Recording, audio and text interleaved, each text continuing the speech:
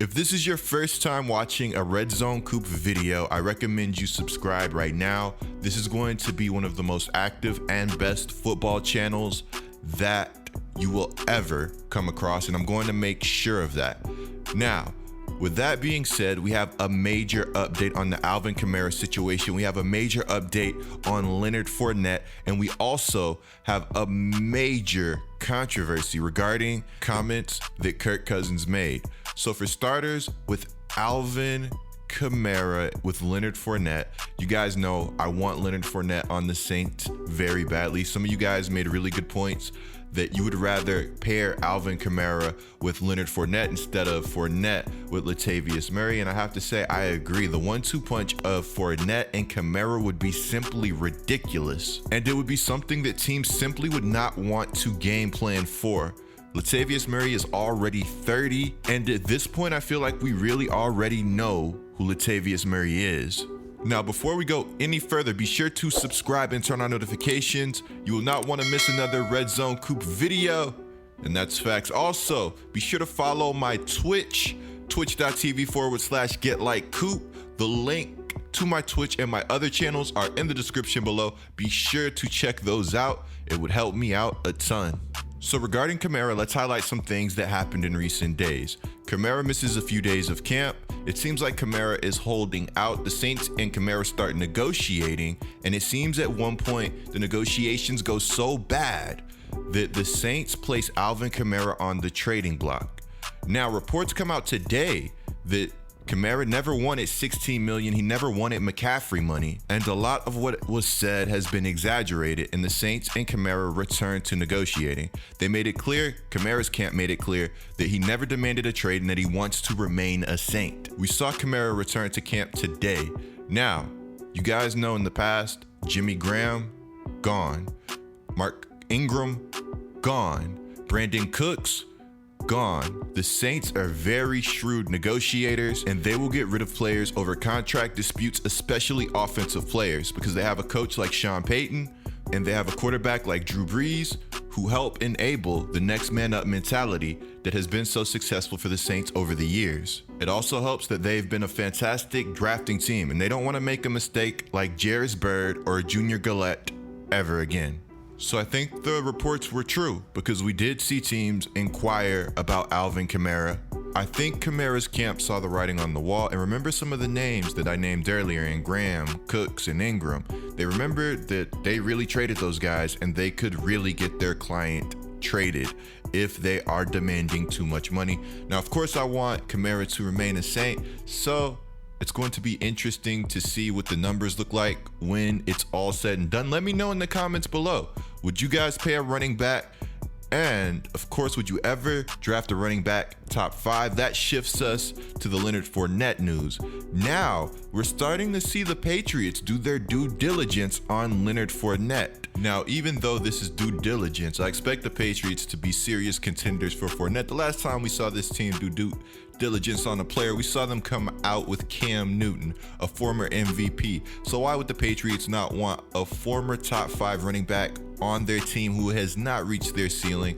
And I'm not sure they were being used in the best way in Jacksonville. Now, you see what I just said, that's going to be big for Fournette. That's why I would have loved him, or would love him still in New Orleans to replace Latavius Murray. It's going to be interesting as the battle for Fournette heats up. Really interesting, of course, also that the Jags said that they couldn't get a 5th, a 6th, or a 7th for Fournette. Now, perhaps teams knew he was going to get cut, but again, I don't know. The Jags have been somewhat of a mess over the past few years. Hopefully they can get it back on track. Now, let's go ahead and flash back to just a few seconds ago. The report is that Fournette is not going to make a money decision. 2020 is going to be about a scheme fit, and the coaching staff that leans into a power run game, they're going to be the team that he leans towards. Opportunity will be important, but skill fit will be absolutely vital. I think this is some maturity from Fournette, and it's pretty ironic. In Jacksonville, he got all of the opportunity, but you could say the fit at times was somewhat questionable. I know they've been a power running team, or at least wanted to be once upon a time. But I'm just not sure they've been using Fournette in the best way possible to maximize his skills. Now, remember when I said the Jags said they couldn't get a 5th, a 6th, or a 7th, or basically anything for Fournette? Now I'm starting to see that the Bucs are among several teams interested in signing Leonard Fournette, and this team wants to make a serious push. We all know what Tampa Bay has. We know how good this team can be with Tom Brady. They have the offensive weapons. They have the players to take pressure off of Leonard Fournette, and Leonard Fournette has the talent to take some pressure off of Tom Brady. Now, Ronald Jones has been fantastic at training camp, and there are a lot of believers in what he's going to be able to do this season. Now, if you ask me, it seemed like the Saints, a team like the Patriots, a team like the Buccaneers, these teams, all paradises for running backs. You have quarterbacks that are more than capable. You have weapons all over the field. You have coaches that know how to use players, know how to get players into space. I can't speak enough on Cam Newton and what he does for a team's running game.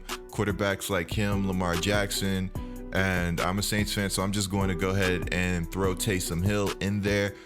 Teams run better when these players are in the game because the threat of them running the ball is so real. I mean, you simply don't know what's coming. And let's take out Taysom. Let's say Cam and Lamar. These are also very talented passers, so you can't just commit all of these defenders to stopping the run. So you gotta stay honest. Now, I know Cam has somewhat struggled this past year, but that's behind him. He was been playing hurt for a while. I think Cam's going to return to a very high level player, and I can't wait to see what he does with Bill Belichick. And just like that, Leonard Fournette is signing with the Tampa Bay Buccaneers. I can't believe it. He didn't go to the Saints. He didn't go to Cam Newton and the New England Patriots. He goes to Tampa Bay. That team is absolutely disgusting. They have Tom Brady. They have Mike Evans. They have Chris Godwin. They have so much talent. And let's not forget to talk about Robert Gronkowski. Let's not forget to talk about O.J. Howard.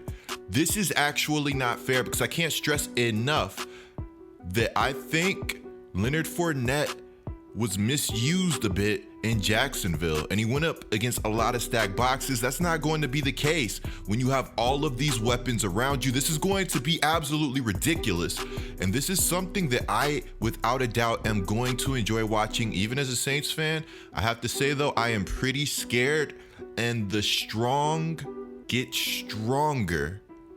Let me know down in the comments below how you guys feel about this. This is a little frustrating because I was one of the first people, if my video had uploaded on time, to talk about Fournette to the Bucs. But again, I hope you guys subscribe. Be sure to drop a like on this video. It helps me out a ton. It tells the YouTube algorithm that you guys want more content.